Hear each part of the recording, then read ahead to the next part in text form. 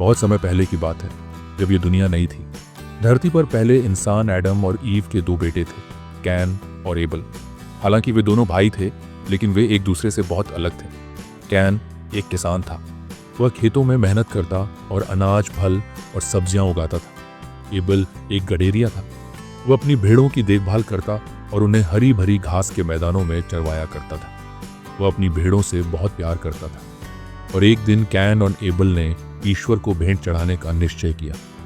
Can ने अपनी फसल में से कुछ फल और अनाज चढ़ाए, जबकि एबल ने अपनी भेड़ों में से सबसे अच्छी और कीमती मेमने को चुना और उसे ईश्वर को समर्पित किया। ईश्वर ने एबल की भेंट को स्वीकार किया, क्योंकि उसने अपने पूरे प्रेम और सच्चाई के साथ दी थी।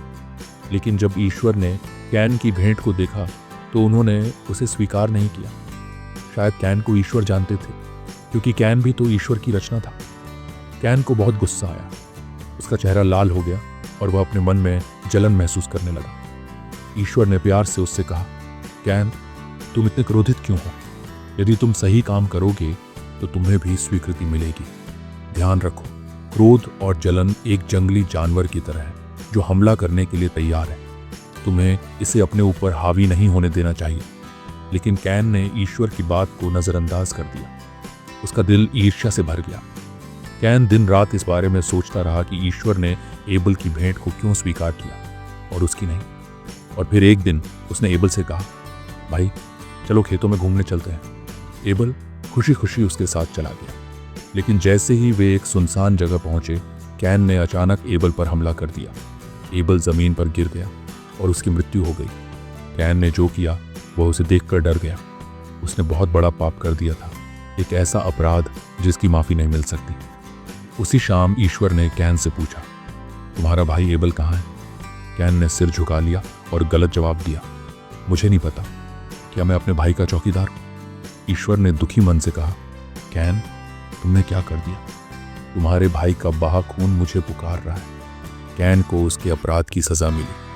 अब वह धरती पर इधर उधर भटकता रहेगा और उसके खेतों में फसल कभी नहीं होगी। लेकिन ईश्वर ने फिर भी उस पर दया की। ईश्वर ने कहा, मैं तुमसे कहता हूं कि कोई तुम्हें नहीं मार सकता। हालांकि कैन की गलती माफी लायक नहीं थी, फिर भी ईश्वर ने उसे पूरी तरह त्यागा नहीं। कैन अपनी गलती को हमेशा याद रखता रहा।